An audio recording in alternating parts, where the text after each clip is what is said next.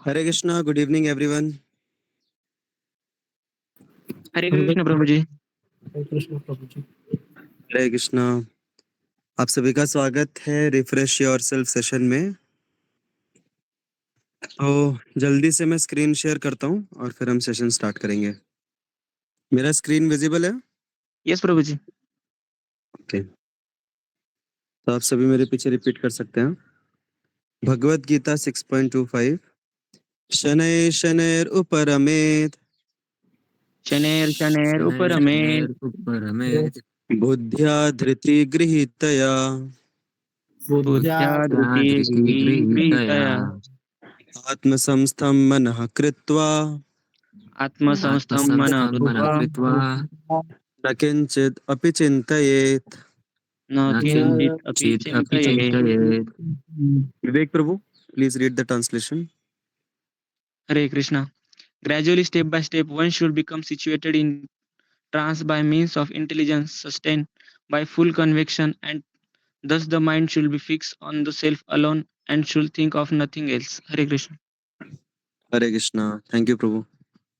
तो यहाँ पे भगवान हमें हमारा जो मन है उसको सही दिशा में फिक्स करने का तरीका बता रहे हैं। तो हमने एक और श्लोक में देखा है कि हमारा जो मन है उसके क्वालिटीज बताई गई हैं। किसी को याद है कोई एक श्लोका भगवत गीता का? हमने कई बार उसके ऊपर चर्चा की है। उसमें मन की क्या क्वालिटी बताई गई है? किसी को याद है कुछ? चंचल ही मना कृष्णा। हाँ, परफेक्ट, वेरी गुड। तो चंचलम ही मनः कृष्णा, मतलब हमारा जो मन है वो स्वाभाविक रूप से बहुत चंचल है। जब भी हम ये चंचल शब्द सुनते हैं तो हमें दिमाग में कौन याद आता है? कुछ याद आता है दिमाग में? बच्चे। हाँ, वेरी गुड, बच्चे याद आते हैं क्योंकि बच्चे बहुत चंचल होते हैं। एक जगह पे वो स्थिर नहीं बैठते।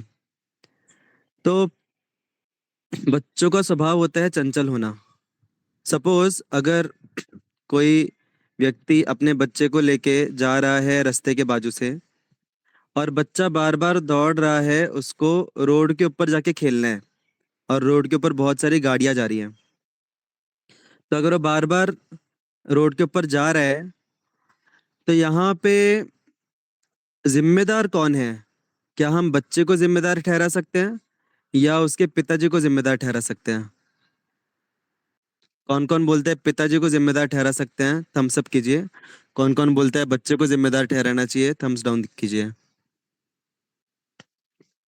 यस, जिम्मेदार है पिता, क्योंकि पिता उसको लेके जा रहा है। पिता की जिम्मेदारी बनती है कि उसको कंट्रोल करे सही से। नहीं तो अगर बच्चे के ऊपर अगर पूरी जिम्मेदारी दे दी तो वो फटाक से रोड के ऊपर भाग के फिर कुछ भी हो सकता है, हादसा हो सकता है। तो उसी प्रकार से हमारा जो मन है वो स्वाभाविक रूप से चंचल है। तो मन को कोस के कुछ फायदा नहीं है। हमें काम किसके ऊपर करना है? काम करना है हमें मन के पिताजी के ऊपर। मन के पिताजी कौन है? यहाँ पे इस श्लोक में हमें क्या पता चल रहा है? मन के पिताजी कौन है? मन किसके कंट्रोल में होना चाहिए? खुद के। बुद्धि के। यस, मन जो है वो बुद्धि के कंट्रोल में होना चाहिए। बुद्धि इज द गार्डियन ऑफ मन। Intelligence is the guardian. Guardian को हिंदी में क्या बोलते हैं? पालक। पालक बोलते हैं क्या, या पालन करता बोलते हैं? तो बुद्धि जो है वो मन की पालन करता है, फिर पालक है। पालक बोलने में थोड़ा अजीब लग रहा है, वो सब्जी याद आ रही है, तो पालन करता बोलेंगे हम। बुद्धि जो है वो हमारे मन की पालन करता है। तो मन के ऊपर बोल के कि मन हमारा चंचल है, मन इधर उधर क्यों भटकता है? भटकेगा ही, उसका स्वभाव ही वैसा है। लेकिन हमारी गलती क्या होती है? हम बुद्धि को स्ट्रांग नहीं करते। और कई बार क्या होता है, अभी जैसे कोई पिताजी और बच्चा जा रहे हैं रास्ते पे, उनको मार्केट से घर पे आना है। तो बच्चा इधर उधर भागने की कोशिश करेगा। बच्चे को कुछ भी चाहिए, उसको बुद्धि नहीं है, वो इधर उधर भागेगा। अगर पिताजी भी उसके साथ इधर उधर भागने लग गए तो फिर क्या होगा? घर पे पहुंचने में बहुत समय लगेगा। अननेसेसरी बहुत इधर उधर घूमना हो जाएगा उनका, अननेसेसरी मेहनत हो जाएगी। तो इसी प्रकार से हमारा जब मन फोकस्ड नहीं रहता है तो उसकी वजह से हमें जो भी कार्य करना रहता है, जो भी हमारे लक्ष्य हमें प्राप्त करने होते हैं, उन लक्ष्यों तक पहुंचने के लिए काफी समय लग जाता है, क्योंकि हमारा संघर्ष पूरा मन को संभालने में ही चले जाता है। मन को संभालने में नहीं, मन जिन जिन दिशाओं में जाता है उन दिशाओं में भागने में अपना समय निकल जाता है, और हमारा मैक्सिमम जो मेहनत है वो उसी में लग जाता है। जैसे अभी एग्जाम है, तो एग्जाम अगले दिन है, ठीक है, अगले दिन तो फिर भी व्यक्ति पढ़ लेगा। सपोज 2 दिन बाद एग्जाम है, तो मन क्या बोलेगा कि अरे अभी तो 2 दिन है, बहुत टाइम है, तू पढ़ लेगा वैसे भी। You are capable of reading, you are capable of studying. अगर एक रात पहले भी पढ़ेगा तो भी तू कर लेगा उसको अच्छे से क्रैक, ऐसा हमारा मन बोलेगा। अभी के लिए मूवी देख ले, अभी के लिए थोड़ा रेस्टोरेंट जाके खा पी के आ जा, ऐसे अलग अलग चीजें हमारे मन में आएंगी। तो अगर हम मन की सुनते हैं और फिर हम मन के साथ साथ हम जाते हैं, मन जिस दिशा में लेके जाते हैं उस दिशा में जाते हैं, तो बाद में जाके फिर बहुत ज्यादा टेंशन होगी और हम अपना क्वालिटी आउट परफॉर्मेंस भी नहीं दे पाएंगे। तो यहाँ पे हमें ये समझना है कि मन जो है वो एक्सपीरियंसेस के अनुसार जाएगा, लेकिन हमें बुद्धि को स्ट्रांग करना चाहिए, क्योंकि बुद्धि उसको कंट्रोल करती है। तो यहाँ पे हमने जो टॉपिक दिया है, इसका नाम, आज के सेशन का जो टॉपिक का नाम है वो ये है कि मन के अटेंशन अलग हो सकते हैं, बट जरूरी नहीं है कि मन जिन जिन चीजों का अटेंशन दे हम भी उन चीजों का अटेंशन दें। हमें बुद्धि के स्तर पे समझना चाहिए कि हमारे लिए क्या सही है क्या गलत है, उसके लिए बुद्धि को फीड करना चाहिए। अभी यहाँ पे और एक उदाहरण आता है कि जो मन है, जैसे हमारे भगवत गीता में ही ये उदाहरण दिया जाता है कि हमारा जो शरीर है ये, वो एक रथ के समान है, और रथ के जो घोड़े हैं, रथ के घोड़े कौन है? कोई बता सकता है रथ के घोड़ों को किन से कंपेयर किया गया है गीता में? सेंसेस। सेंसेस। यस, सेंसेस, इंद्रियों से कंपेयर किया गया है। और मन को किस चीज से कंपेयर किया गया है? रोप। यस, सारथी। रस्सी, रस्सी से मन को कंपेयर किया गया है। और बुद्धि को? चलाने वाला। यस, ड्राइवर या फिर सारथी। और फिर आत्मा को? पैसेंजर। पैसेंजर। तो ये हमारा शरीर रूपी रथ है।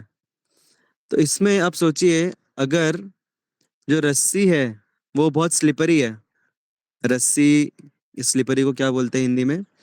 चिप, फ्रिक्शन फिसलती नहीं है है, उसमें, क्या बोलते फिसलती हैं? है, बार बार फिसलती है। हाँ, फिसलने वाली रस्सी अगर है, तो क्या हम घोड़ों को कंट्रोल कर पाएंगे? नहीं कर पाएंगे, बहुत मुश्किल है। घोड़े अलग अलग डायरेक्शन में भागेंगे। तो यहाँ पे बुद्धि भी जरूरी है। जो ड्राइवर है, ड्राइवर भी एक्सपर्ट होना चाहिए। उसके अलावा रस्सी भी चिकनी नहीं होनी चाहिए, और साथ ही साथ जो घोड़े हैं वो भी इधर उधर नहीं भागने चाहिए। ये तीनों कंडीशन अगर मीट हो पाएंगी तब हमारा रथ सही दिशा में जा पाएगा। लेकिन अगर जो घोड़े हैं वो सभी अलग अलग दिशा में भाग रहे हैं, तो पूरा का पूरा रथ जो है वो कोलैप्स हो जाएगा।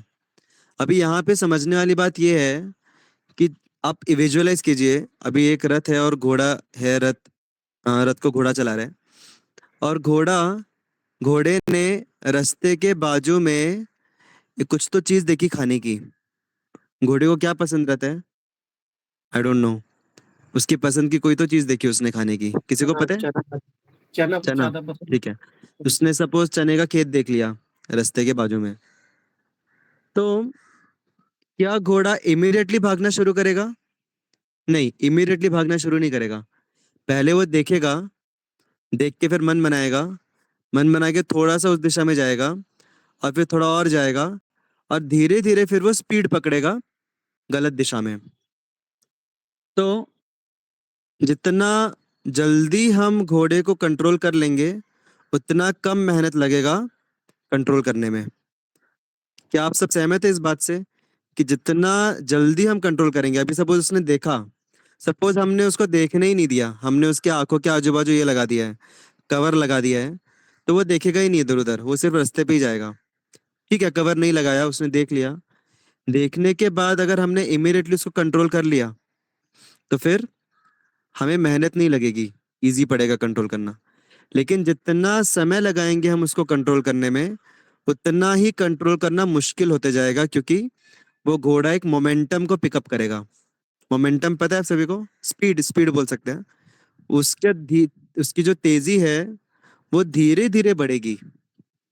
तो उसी प्रकार से हमारा जो मन है, पहली बात तो अगर हम अपने इंद्रियों को अगर हम गलत दिशा में जाने से ही बचाते हैं, पहली बात, अगर हम ऐसी चीजें नहीं देखते हैं, ऐसी चीजें नहीं खाते हैं, ऐसी चीजें नहीं सुनते हैं, ऐसे परिवेश में नहीं जाते हैं, ऐसे एनवायरनमेंट में नहीं जाते हैं जहाँ पे हम वीक हो जाते हैं मन को कंट्रोल करने में, जहाँ पे नेचुरली हमारी इंद्रियों से अनहेल्दी प्रॉम्प्ट्स आते हैं, तो वो तो बेस्ट है। लेकिन अगर हम ऐसे परिस्थिति में गए भी, ना चाहते हुए भी, तो जितना जल्दी हम खुद को कंट्रोल करते हैं उतना आसान होता है कंट्रोल करना, और जितना देरी लगाते हैं उतना मुश्किल होता जाता है। और यही भगवत गीता में भी बताया गया है, ध्यायतो विषयान पुंसः संगस्तेषु उपजायते, संगात संजायते कामः, कामात् क्रोधो विजायते, क्रोधात् भवति सम्मोहः, सम्मोहात् स्मृति विभ्रमा, स्मृति भ्रंशात् बुद्धिनाशो, बुद्धिनाशात् प्रणश्यति। मतलब सबसे पहले हमारा जो मन है उसमें कोई इंद्रिय वस्तु की एक ध्यान आता है, हमें कुछ तो याद आता है। हम लोग, कोई सपोज कोई व्यक्ति है जिसको शराब की लत है, तो नॉर्मल रहेगा, अचानक से अंदर से एक स्मरण आएगा उसको शराब का, अचानक से कहीं से भी, कुछ पता नहीं कैसे कहाँ से आया, बट अचानक से आएगा। और फिर ध्यान होगा उसको थोड़ा, अगर वो ध्यान के स्तर पे नहीं रोकता है खुद को, अपने माइंड को डाइवर्ट नहीं करता है, रोकने का मतलब होता है डाइवर्ट करना, अपने विचारों को रोकना आसान नहीं है, उसको डाइवर्ट करना आसान है। समझ रहे हैं आप सभी को रोकना और डाइवर्ट करने में फर्क? कि हम अगर ऐसा सोचे कि नहीं मेरे मन में विचार नहीं आने चाहिए, विचार नहीं आने चाहिए, नकारात्मक विचार नहीं आना चाहिए, that is not the solution. जितना आप सोचोगे उतना ज्यादा नकारात्मक विचार और ज्यादा आएंगे। उसके लिए सही तरीका क्या है कि हम माइंड में कुछ दूसरे विचार लाएं डेलिबरेटली। सपोज किसी को शराब का विचार आ गया अचानक से, इमीडिएटली वो चाहे तो डेलिबरेटली वो किसी और चीज के बारे में सोच सकता है जो कि उसको बहुत, उसकी चेतना को एब्जॉर्ब करे, ऐसी चीज के बारे में सोच सकता है वो। उसको अगर पिज्जा पसंद है बहुत, तो अपने माइंड को वो पिज्जा की तरफ डाइवर्ट कर सकता है। एटलीस्ट पिज्जा उतना हानिकारक नहीं है जितना शराब है। तो उस प्रकार से मन को कंट्रोल करने का मतलब होता है मन को डाइवर्ट करना दूसरे थॉट्स में। लेकिन अगर नहीं किया तो ध्यायतो विषयान पुंसः संगस तेषु उपजायते, ध्यान करने से फिर संग मतलब आसक्ति हो जाती है, संगात संजायते कामः, कामः मतलब काम वासना आती है कि मुझे चाहिए वो। पहली बात तो ये हो जाता है, आसक्ति हो जाती है, उसके बाद फिर काम वासना जागृत हो जाती है, मुझे चाहिए। कामात क्रोधो भी जायते, फिर हमें गुस्सा आने लग जाता है कि कोई भी अगर उसमें बाधा बनता है, तो कोई हमारा मित्र अगर हमें बोलेगा कि नहीं नहीं गलत है ये मत पी, तेरे लिए अच्छा नहीं है, तो हमें गुस्सा आएगा उसके ऊपर। वो हमें हेल्प करने का प्रयास कर रहा है लेकिन हमें उस पर गुस्सा आएगा। उसी प्रकार से जब हमारी बुद्धि हमें रोकने के प्रयास करती है, बुद्धि से मन में, बुद्धि से विचार आते हैं कि ये गलत है, तो हमें अपनी बुद्धि पे भी गुस्सा आता है, क्योंकि हम इतने ज्यादा, वो जो वासना है वो एंजॉय करने की वो इतनी ज्यादा बढ़ गई है कि कोई भी रोक, अगर उसको रोकने का प्रयास करेगा, चाहे वो बाहर का कोई व्यक्ति हो या अंदर से हमारा बुद्धि हो, कोई भी उसको रोक नहीं पाता, इतना प्रबल हो जाता है वो। और फिर क्रोधात भवति सम्मोह, फिर सम्मोह आता है, इल्यूजन आता है, सम्मोहात स्मृति विभ्रमा। मतलब सम्मोह, जब हम इल्यूजन में पड़ते हैं तो फिर हम भूल जाते हैं कि हमने क्या कमिटमेंट्स लिए थे, हम भूल जाते हैं कि मैंने सोचा था कि अगली बार से कभी ये नहीं देखूंगा, कभी ये नहीं करूंगा, तो भूल जाते हैं हम, स्मृति विभ्रमा, स्मृति भ्रंशात बुद्धि नाशो। और फिर जब स्मृति हमारी नष्ट हो जाती है, जब हम भूल जाते हैं हमने क्या कमिटमेंट्स लिए थे, तो उसके बाद फिर क्या होता है, बुद्धि नाश, हमारा बुद्धि का नाश हो जाता है। और फिर बुद्धि का नाश हुआ तो प्रणश्यति, खत्म, बुद्धि नाशात प्रणश्यति, फिर हम लग जाते हैं उन कार्यों में जो कि हमें नहीं करने चाहिए। तो ये सब शुरू होता है ध्यान से। तो जितना जल्दी हम अपने मन को डाइवर्ट करते हैं नकारात्मक विचारों से, उतना आसान होता है। और जितना हम सोचते हैं कि ठीक है अभी स्मरण होने दो, आगे जाके हम खुद को कंट्रोल कर लेंगे, उतना ही मुश्किल होता जाता है खुद को कंट्रोल करना। तो यही घोड़े का एग्जाम्पल है कि घोड़ा इमिडिएटली भागना शुरू नहीं करता। शुरू में अगर हमने लगाम लगा दी तो फिर वो सही दिशा में आ जाएगा, लेकिन हम जितना डिले करेंगे उतना ज्यादा फिर वो उस दिशा में भागने लगेगा, जोरों शोरों से भागने लगेगा। तो हमें कोशिश करना चाहिए कि हम अपने मन को सकारात्मक विचारों से, सकारात्मक प्लानिंग से, ऐसा नहीं है कि हमें सिर्फ बैठ के सोचना है अच्छा अच्छा, हमें सकारात्मक कार्यों में खुद को इन्वॉल्व करना चाहिए, खुद को बिजी करना चाहिए। ऐसे कार्य जो हमारे लिए प्रोडक्टिव हों, जो हमारे लिए अनहेल्दी ना हो, ऐसे कार्यों में हमें अपनी रुचि के अनुसार अपने मन को लगाना चाहिए, अपने शरीर को लगाना चाहिए, जिससे कि ये कंट्रोल करने वाले स्कोप ही कम हो जाए। मतलब कम से कम हमें कंट्रोल करना पड़े, ऑलरेडी हम पॉजिटिव डायरेक्शन में एंगेज्ड हों, ऐसा हमें कोशिश करना चाहिए ज़्यादा से ज़्यादा। और सबसे ज़्यादा पॉजिटिव जो एंगेजमेंट है, जो हमारे मन को भी शुद्ध करता है, वो है भक्ति योगा। तो जब हम भक्ति योगा का पालन करते हैं तो हमारी बुद्धि को स्ट्रेंथ मिलता है। जब हम शास्त्रिक स्टडी करते हैं, जब हम गीता भागवतम शास्त्रों का जब हम अध्ययन करते हैं, तो उससे हमारी बुद्धि स्ट्रांग होती है। और जब बुद्धि स्ट्रांग होती है तो वो जो सारथी है, सारथी बुद्धि है ना, सारथी अगर स्ट्रांग है, अलर्ट है, इमीडिएटली वो रोकेगा घोड़े को गलत दिशा में जाने से पहले ही। उसी प्रकार से अगर बुद्धि हमारी स्ट्रांग है तो फिर बुद्धि हमें रोकेगी, हमारे मन को रोकेगी गलत दिशा में जाने से। तो यहाँ पे दो चीजें बहुत जरूरी हैं। एक तो बुद्धि को स्ट्रांग करना, हमारे मन के जितने भी अलग अलग विचार हैं उन सबको एकदम सीरियसली नहीं लेना। जैसे हम छोटे बच्चे के हर एक डिमांड को सीरियसली नहीं लेते, उसको हम कंट्रोल करते हैं। तो इसी प्रकार से बुद्धि को बढ़ाना है हमें, शास्त्रों का अध्ययन करके। जैसे अभी ये सेशंस वगैरह सुन रहे हो तो हमारी बुद्धि बढ़ रही है। आप लोगों में से किस किस को लगता है कि ये सेशन सुनने के बाद एटलीस्ट कुछ समय तक थोड़ा सा हमें कंट्रोलिंग एबिलिटी आती है मन के ऊपर, राइट? भले ही वो ज्यादा समय तक सस्टेन ना हो पाए, लेकिन कुछ समय तक हेल्प करता है ये। तो ये क्यों हेल्प कर रहा है? क्योंकि बुद्धि स्ट्रांग होती है। जब हम सुनते हैं आध्यात्मिक ज्ञान तो हमारी बुद्धि स्ट्रांग होती है। साथ ही साथ जो शुद्धिकरण है, शुद्धिकरण भी होता है। और तब जाके फिर धीरे धीरे हमारा मन हमारे कंट्रोल में आता है। लेकिन उसके लिए सबसे इम्पोर्टेंट पॉइंट ये है, जितना हो सके जो भी हमारे लिए खुद के लिए, सबका अलग अलग पर्सनल अनहेल्दी थॉट्स रहते हैं, ऐसा जनरलाइज नहीं कर सकते, सबके अलग अलग वीकनेसेस रहती हैं। तो जितना हो सके हम जल्दी से जल्दी, जब वो ट्रिगर आता है, उस वीकनेस को हावी होने देता है वो जो ट्रिगर, वो ट्रिगर आने के बाद जितना जल्दी से जल्दी हम खुद के मन को दूसरी तरफ मोड़ें, उसको डाइवर्ट करें दूसरे थॉट्स में, उतना ज़्यादा आसान होगा मन को कंट्रोल करना। तो यहाँ पे एक और चीज़ बहुत इंपॉर्टेंट है समझनी, कि ये जो ध्यायतो विषयान पुंसः जो श्लोक है, ये बताता है कि एक चेन ऑफ थॉट्स क्रिएट होता है।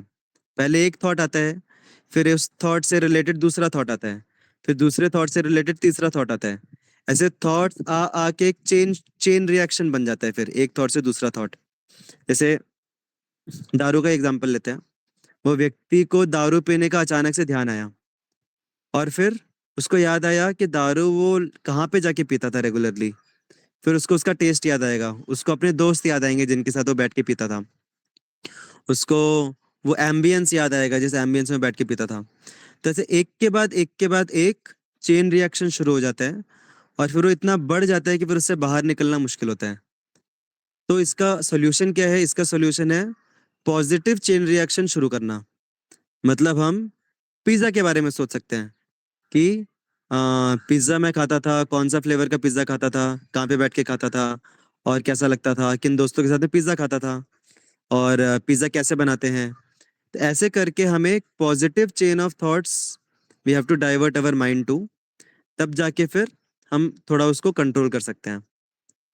So will stop here. मैं समराइज करूंगा क्योंकि हमारा और एक सेशन है अभी 6 बजे दूसरा। आई समराइज क्विकली। हमने डिस्कस किया कि हमारा जो मन है वो चंचल है, बच्चे की तरह है। हम बच्चे को कोसते नहीं है, उसी प्रकार से हम मन को कोस नहीं सकते उसकी हैबिट के लिए। मन है ही वैसा, स्वाभाविक रूप से वैसे ही है वो। तो हमें काम यहाँ पे करना है बुद्धि के ऊपर, बुद्धि को स्ट्रांग करना है शास्त्रिक अध्ययन से, शास्त्रिक स्टडी से, स्पिरिचुअल नॉलेज से, आध्यात्मिक ज्ञान से बुद्धि को स्ट्रांग करना है। और फिर वो बुद्धि मन को कंट्रोल करेगी। हमें ज्यादा मेहनत, ज्यादा जबरदस्ती नहीं करनी पड़ेगी, बुद्धि मन को कंट्रोल करेगी। क्योंकि बुद्धि को एक कन्विक्शन आता है, एक कन्विक्शन क्या बोलते हैं, एक प्रकार की दृष्टिकोण मिलता है हमें चीजों को देखने का बुद्धि से। और फिर वो बुद्धि मन को कंट्रोल करती है। और जब कंट्रोल की बात आती है तो जितना जल्दी कंट्रोल किया जाए मन के विचारों को, उतना आसान होता है कंट्रोल करना।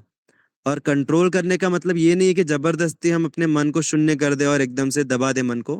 कंट्रोल करने का मतलब है उसको दूसरे दिशा में डाइवर्ट करना, दूसरा चेन ऑफ थॉट्स क्रिएट करना माइंड में जो कि हमारे लिए उतने अनहेल्दी नहीं है, जो हमारे लिए हेल्दी है, ऐसे चेन ऑफ थॉट्स। तो इसीलिए हमें कोशिश करना चाहिए कि हमारे पास कुछ तो पर्पस हो, हर समय कुछ तो पर्पस होना चाहिए हमारे पास, कुछ तो चीज होनी चाहिए जिसमें हम अपने माइंड को एंगेज करके रखें, जिसके बारे में हमें एंग्जाइटी है, जिसके बारे में हमें टेंशन है।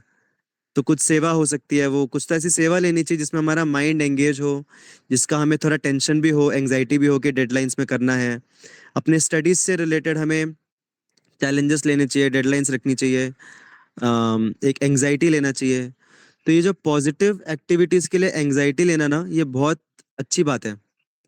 ऐसा बोला जाता है कि खुशी, हैप्पीनेस वाला जो एक्सपीरियंस है वो हमारे मन को उतना एब्जॉर्ब नहीं करता जितना टेंशन वाला एब्जॉर्प्शन है। टेंशन वाले जो थॉट्स रहते हैं वो मन को ज्यादा एब्जॉर्ब करते हैं। तो इसीलिए हमें टेंशन लेना चाहिए अच्छे कार्यों के लिए, अच्छे कार्यों का टेंशन लेना चाहिए हमें। और फिर ऐसे जब हम अच्छे कार्य करने के लिए हम एंग्जाइटी लेंगे, उनको बेस्ट तरीके से करने का प्रयास करेंगे, तो उस प्रकार से हम माइंड को डाइवर्ट कर सकते हैं away from the self destructive unhealthy thoughts, unhealthy chain of thoughts. So that's what we saw today. Hare Krishna, thank you so much. Shrimad Bhagavad Gita की जय। जय। मेरी इच्छा है जय। आप सभी से प्रश्न भी लेने की, लेकिन फिर समय ज्यादा हो जाएगा।